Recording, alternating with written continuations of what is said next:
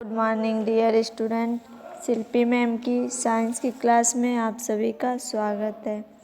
आज हम सभी कक्षा 5 में पाठ 7 वायुमंडल इसके बारे में अध्ययन करेंगे। पृथ्वी चारों ओर से वायु की एक मोटी परत से घिरी है। हम हर समय वायु का उपयोग करते हैं। पृथ्वी के चारों ओर के वायु के घेरे को वायुमंडल कहते हैं। यह पृथ्वी के गुरुत्वाकर्षण के कारण पृथ्वी के चारों ओर बना रहता है। इसमें गैसों की विभिन्न मात्राएं पाई जाती हैं। वायुमंडल दिन में सूर्य की बहुत सी किरणों को वापस अंतरिक्ष में भेज देता है। रात में यह सूर्य की गर्मी को आसानी से नहीं निकलने देता। इस प्रकार दिन में अधिक गर्मी व रात को अधिक ठंड नहीं होती है। इसी कारण पौधे और जंतु पृथ्वी पर ही जीवित रह पाते हैं।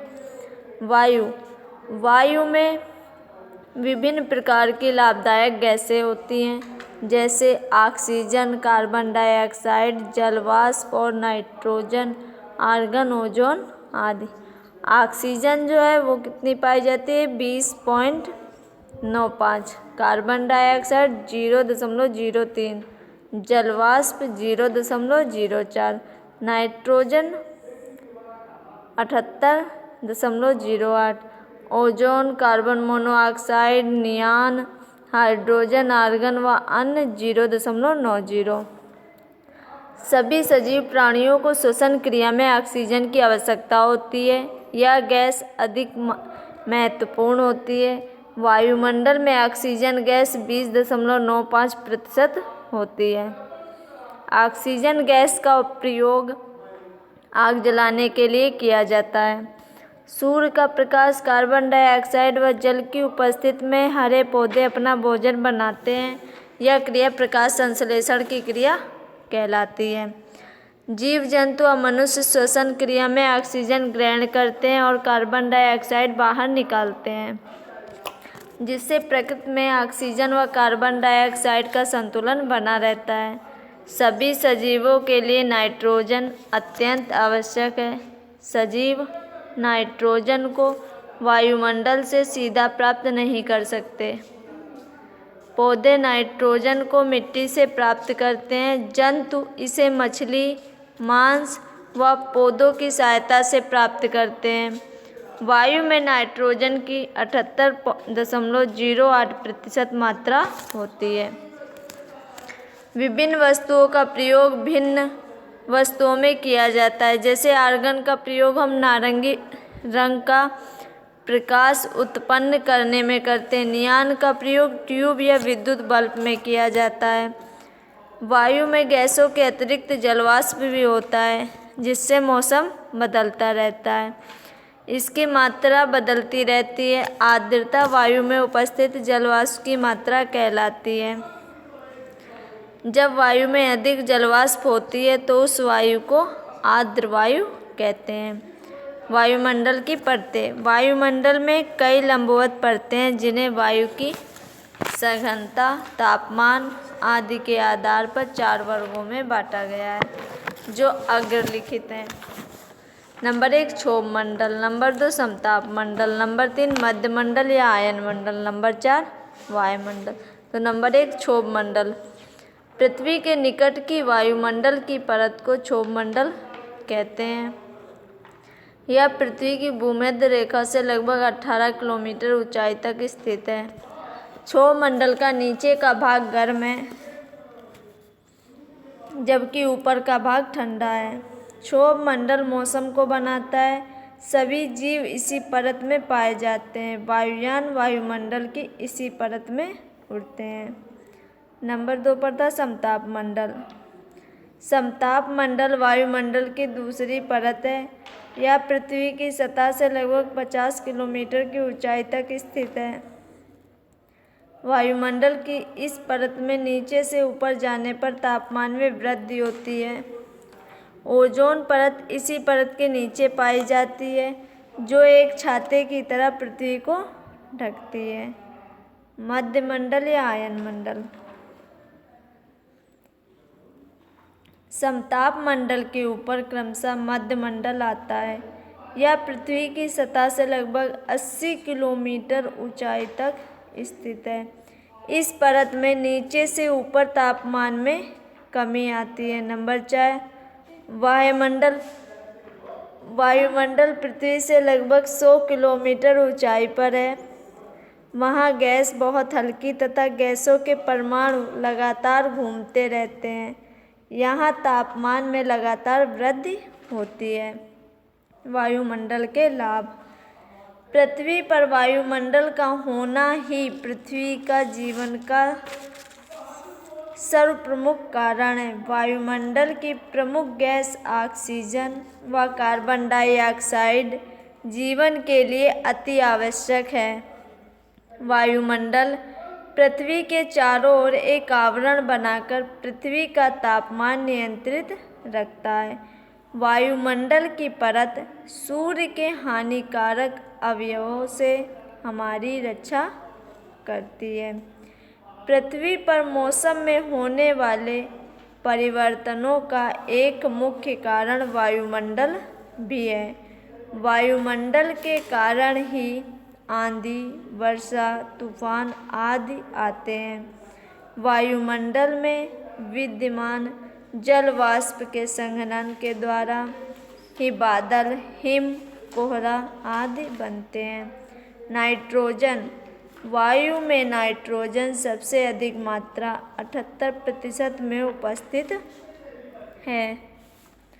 यह गैस प्राणियों और पेड़ पौधों की वृद्धि के लिए आवश्यक होती है। पेड़ पौधों को नाइट्रोजन की प्राप्ति मिट्टी से होती है।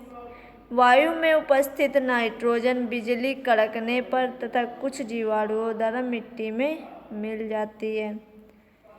अन्य प्राणियों को इसकी प्राप्ति पेड़ पौधों से होती है। जंतुओं व पेड़ पौधों को नाइट्रोजन की आवश्यकता शरीर में प्रोटीन के रूप में होती है। ऑक्सीजन। मनुष्यों व अन्य प्राणियों के जीवन के लिए ऑक्सीजन गैस सबसे अधिक महत्वपूर्ण है, क्योंकि सभी प्राणियों को श्वास क्रिया के लिए ऑक्सीजन गैस की आवश्यकता होती है। जंतुओं के शरीर में ऑक्सीजन पाचन क्रिया में भाग लेकर ऊर्जा उत्पन्न करती है, जिससे कार्य करने की शक्ति मिलती है। इसके अतिरिक्त आग जलाने के लिए भी ऑक्सीजन की उपस्थिति आवश्यक है। Carbon dioxide. पेड़ पौधों को जीवित रहने के लिए कार्बन डाइऑक्साइड गैस अत्यधिक आवश्यक है, क्योंकि कार्बन डाइऑक्साइड के द्वारा ही हरे पेड़ पौधे प्रकाश की उपस्थिति में जल व अन्य खनिज लवणों से प्रकाश संश्लेषण क्रिया द्वारा भोजन का निर्माण करते हैं।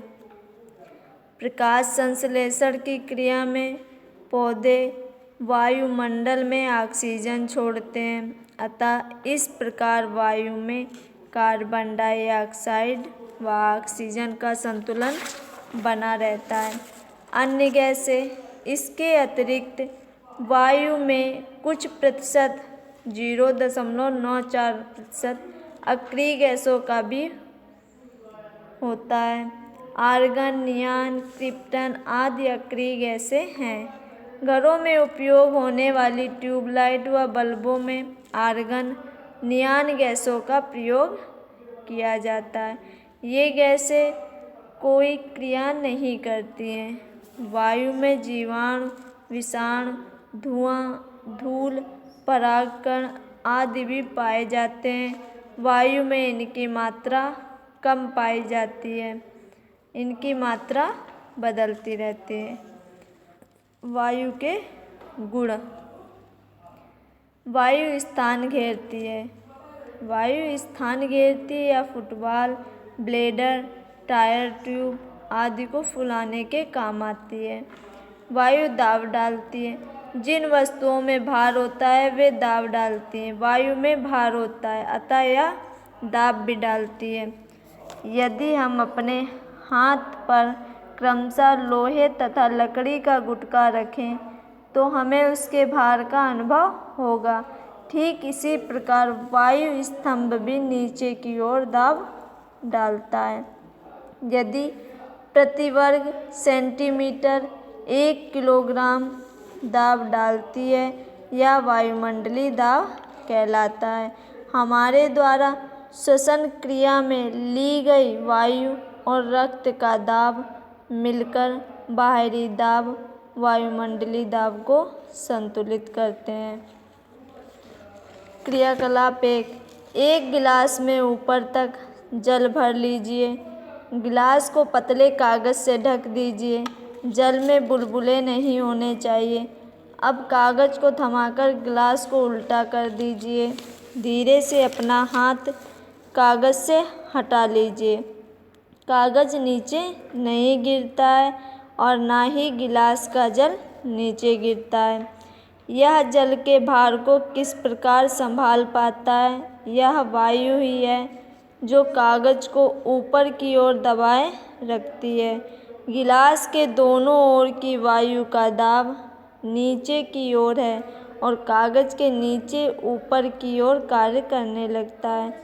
इससे सिद्ध होता है कि वायु नीचे की ओर दाब डालती है, किंतु इसे सभी दिशाओं में स्थानांतरित किया जा सकता है। वायु दाब से द्रवों में गति। वायु के दाब से द्रवों में गति उत्पन्न होती है। वायु दाब से द्रव ऊपर की ओर भी गति करने लगते हैं। क्रियाकलाप 2। 1 गिलास में ठंडा जल या कोई ठंडा पेय पदार्थ लेते हैं। इसमें एक एक्स्ट्रा पाइप डाल देते हैं। पाइप को मुंह में लेकर वायु अंदर की ओर खींचते हैं।